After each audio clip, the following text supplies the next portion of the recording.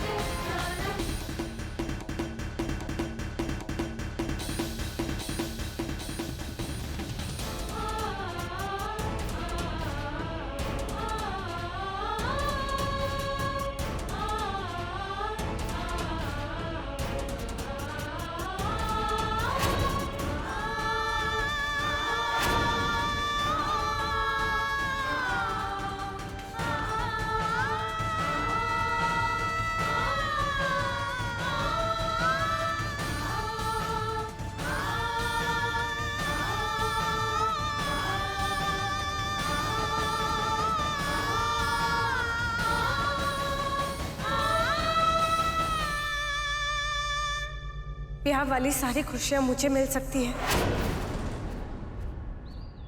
ये अजीब नाटक है। मांग में सिंदूर है और मांग रही है ब्याह वाली खुशियां। टीवी में तो देखा था नौटंकी होते हुए कि शादी में कभी दुल्हन बदल जाती है तो दूल्हा कहीं भाग जाता है।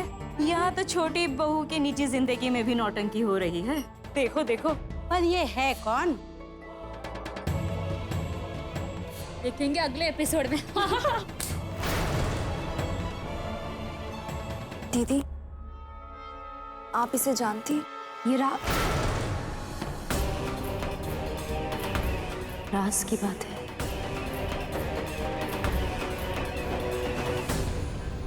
मेरी बचपन की दोस्त है ये आपके बचपन की दोस्त है, लेकिन मैंने तो इसे कभी पहले नहीं देखा। नहीं, तो उसे नहीं जानती है।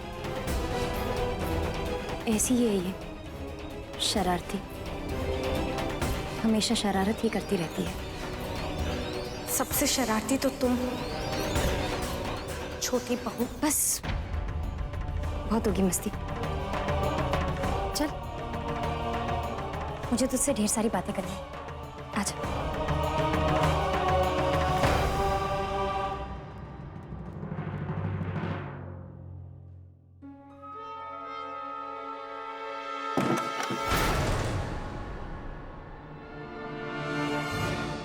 क्या तमाशा है ये सब? इन बातों और इन तानों का मुझ पर कोई असर नहीं होगा, और जिस बदतमीजी से तुम अपने घर पर पेश आती हो वैसा व्यवहार यहाँ बिल्कुल बर्दाश्त नहीं होगा। और प्लीज यहाँ से चली जाओ। आई रिक्वेस्ट यू, मेरा तुमसे कोई लेना देना नहीं है। नहीं जाऊंगी, कभी नहीं जाऊंगी, बिल्कुल नहीं जाऊंगी। तब तक नहीं जाऊंगी जब तक मुझे वो नहीं मिल जाता जो मैं यहाँ लेने आई हूँ। अब क्या चाहिए तुम्हें सरिता? मेरा जो कुछ भी था तुम मुझसे बहुत पहले ही ले चुकी हो। दुल्हन की बची हल्दी चाहिए मुझे।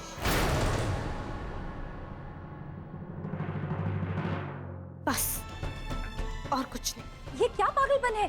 तुम जानती नहीं, रस्म के मुताबिक बची हुई हल्दी सिर्फ कुंवारी लड़कियों को दी जाती है।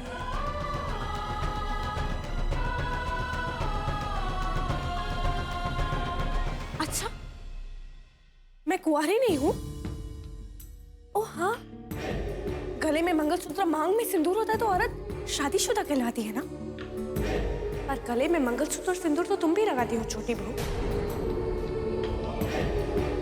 और वो भी 7 साल से।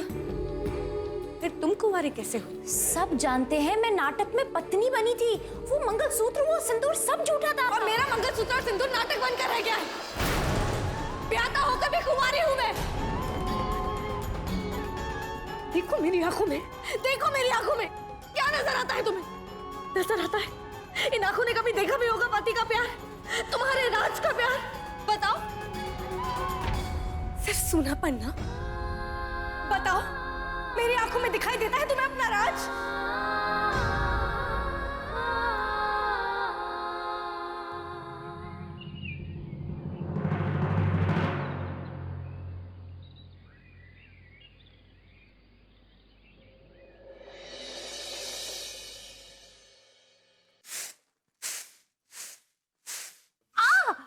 से बेटा। सॉरी सॉरी दादी। फिर बढ़ गया। घर में जिस तेजी से अखबार की रद्दी नहीं बढ़ रही, उससे ज्यादा तेजी से तेरा वजन बढ़ रहा है, करती क्यों नहीं? करती तो हूँ भैया, इतना एक्सरसाइज करती हूँ और अपना काम भी खुद ही करती हूँ मैं। अब मुझे क्या लगता है एक्चुअली ना, मेरा वजन ना घट गया है, इसलिए इतने ढीले हो रहे हैं मेरे कपड़े। चल झूठी। क्या झूठी, ये वजन का कांटा खराब हो रखा है। हाँ नहीं तो। बबली, कुछ दिन बाद ना तुझे वहाँ वजन करना पड़ेगा जहाँ ट्रक का वजन होता है।